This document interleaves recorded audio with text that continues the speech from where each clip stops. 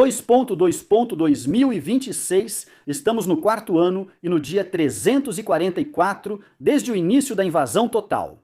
Sejam bem-vindos, eu os cumprimento. Sobre o relatório de situação. No relatório de hoje, veremos geolocalizações muito interessantes na região de Kupiansk, diferentes ganhos de terreno e ataques em áreas supostamente seguras, além de muito mais. Em 27.01, eu mencionei em meu relatório de situação sobre mais uma conquista fantasma. O chefe do Estado-Maior russo, Gerasimov, declarou que a localidade de Kupiansk-Muslov foi completamente conquistada. Trata-se do local que foi marcado aqui no mapa de situação. No entanto, ele não conseguiu apresentar nenhuma prova disso. Mostrei a ele no mapa as últimas geolocalizações ainda marcadas de ambos os lados, refutando sua afirmação. Agora, outros também fazem o mesmo.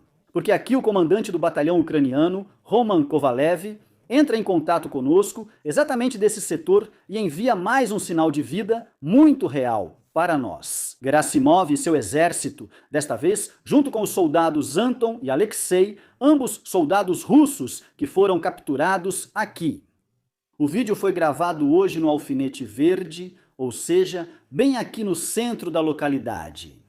A notícia não é tanto uma surpresa militar, mas sim mais um exemplo de como os relatórios russos sobre a situação e a real posição da linha de frente estão distantes um do outro.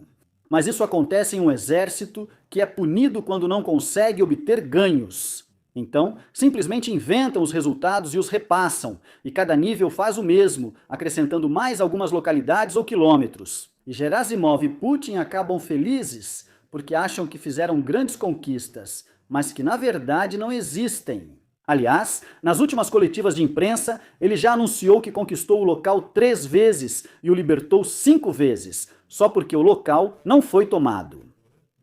Não é que aqui não haja combates. Neste vídeo, por exemplo, vemos soldados ucranianos lutando pela supremacia dentro de um prédio. Tudo isso aconteceu aqui, no Alfinete Azul, ou seja, um pouco mais ao norte da mensagem em vídeo e ainda mais ao norte, aqui, no Alfinete Amarelo. Há 3 dias, soldados russos foram localizados e atacados por um drone. Vamos dar uma olhada na geolocalização dos últimos dias. Vemos aqui muita confusão. Isso aparece no último relatório, especialmente nestes 4 alfinetes vermelhos e neste amarelo. Havia coisas diferentes para ver ali. Por um lado, soldados russos, por outro, soldados ucranianos. As localidades não estão realmente controladas nem perdidas. É uma mistura dos dois. Vemos repetidamente soldados de ambos os lados lá dentro, vemos poucos combates. Muitas vezes são apenas imagens de drones que oferecem uma breve visão da situação aqui. Além disso, da última vez também vimos que uma bandeira russa foi hasteada aqui. Isso foi no dia em que eu também vi aquela que Gerasimov desmentiu. E agora vemos mais 3 geolocalizações bastante interessantes, como eu disse, aqui uma com um confronto, aqui em cima, soldados russos. E esses 2 aconteceram antes da gravação, de um comandante de batalhão ucraniano que está bem no centro da cidade e se filma com 2 soldados russos que foram capturados aqui. Isso significa que temos novamente uma espécie de mosaico. Podemos ver claramente que os soldados russos operam principalmente ao norte da localidade. Como eu disse, aqui temos uma posição russa, aqui estou lutando com soldados russos, ou seja, no marcador azul, e aqui em cima a visualização de soldados russos por um drone, aqui embaixo temos soldados capturados. Não resta mais nada aí. Então, na direção do corpo d'água, ou seja, em direção a Ostguiel, praticamente não há geolocalização. Esta aqui também é a mais ao sul que consegui encontrar.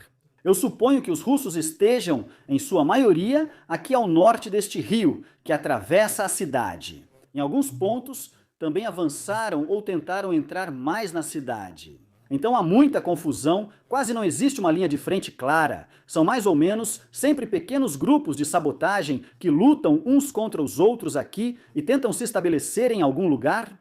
Mais ao norte, ainda em Pianzi, há uma geolocalização muito interessante, bem aqui no Alfinete Vermelho. Aqui foi relatada uma operação bem-sucedida de sabotagem e reconhecimento. A Legião Liberdade da Rússia afirmou ter atuado cerca de 7 quilômetros dentro de território russo controlado. O alvo era uma posição fortificada, utilizada pelas forças russas tanto como depósito de munição, quanto como ponto de reunião e rotação para a infantaria, e desempenhou um papel importante no abastecimento da unidade ao redor de Kupiansk. Como o uso de ataque à distância não era possível devido à distância e ao alcance limitado do rádio, foi ordenada a destruição física do alvo. A unidade infiltrou-se secretamente na retaguarda, atacou diretamente a posição e neutralizou os soldados russos presentes. Na ação, foram capturados equipamentos de comunicação que serão usados em novas investigações. O depósito de munições foi destruído e, segundo a unidade, todos voltaram sem baixas. O que é interessante saber sobre isso? Por um lado, é evidente que algumas forças ucranianas conseguem penetrar profundamente em território russo e realizar ações de sabotagem lá. Mas vimos tudo isso também do lado russo, um pouco mais ao sul. Aqui também vemos alguns soldados russos que conseguiram penetrar profundamente em território supostamente controlado pela Ucrânia. Ou seja, dos dois lados, são principalmente grupos de sabotagem que operam aqui em grande escala. Isso confirma que não há mais linha de frente clara e pequenos grupos circulam mais livremente. A declaração também deixa claro que os russos deveriam controlar uma área de 7 quilômetros ao redor do depósito destruído. Sabemos que os ucranianos estão na área azul, ou seja, a oeste de Ostikiel, por isso não faz muito sentido para mim. Porque se medirmos, veremos que 7 quilômetros é bastante coisa. Até o centro de Kupiansk são 5 quilômetros, 7 significaria até mais ou menos o local onde Zelensky foi fotografado durante a libertação de Kupiansk. 7 quilômetros também poderia significar nesta direção aqui, mas isso também significaria que os russos controlaram ou ainda controlam essa localidade. 7 quilômetros também corresponderiam às geolocalizações que acabamos de ver aqui embaixo, ou 7 quilômetros poderia significar até um pouco mais acima, mais ou menos até a linha tracejada. Mas não consigo imaginar que um grupo de sabotagem ataque vindo do noroeste e ainda precise atravessar o Ostikiel para chegar até aqui. Eu suponho que eles vieram da área mais ou menos na altura da 116. Da brigada mecanizada, e então avançaram para o norte até aqui. Por isso, eu acredito que 7 quilômetros provavelmente é um exagero da liberdade da legião russa. Eu também não vejo, nem no meu mapa, nem em praticamente nenhum outro, uma linha clara de território controlado pela Rússia dentro de 7 quilômetros de distância. Mas, de modo geral, como está o avanço territorial? Segundo informações do Deep State, a Rússia conseguiu conquistar um total de 245 quilômetros quadrados de território em janeiro.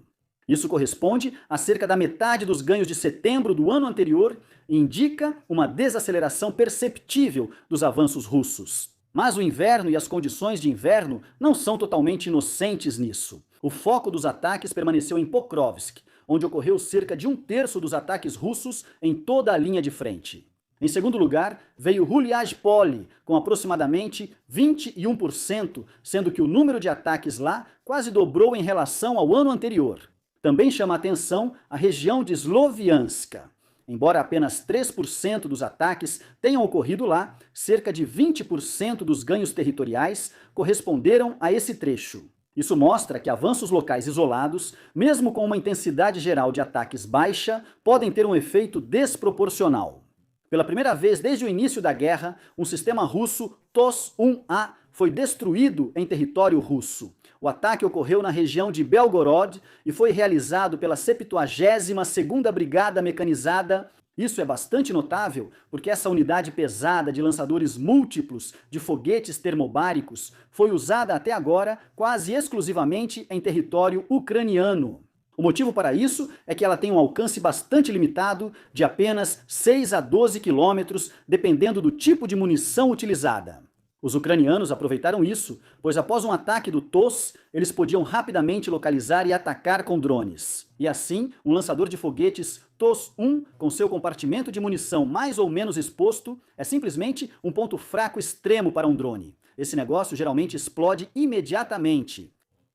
Desde então, eles não são usados com a mesma frequência de 3 anos atrás. Mas o incidente também mostra que sistemas russos de alto valor agora estão vulneráveis até mesmo em seu próprio território. Putin anunciou há alguns dias uma pausa de uma semana nos ataques a alvos civis em Kiev. No entanto, a Rússia não oferece um cessar-fogo, mas apenas uma breve interrupção dos ataques a Kiev, e isso ainda com grande alarde na mídia.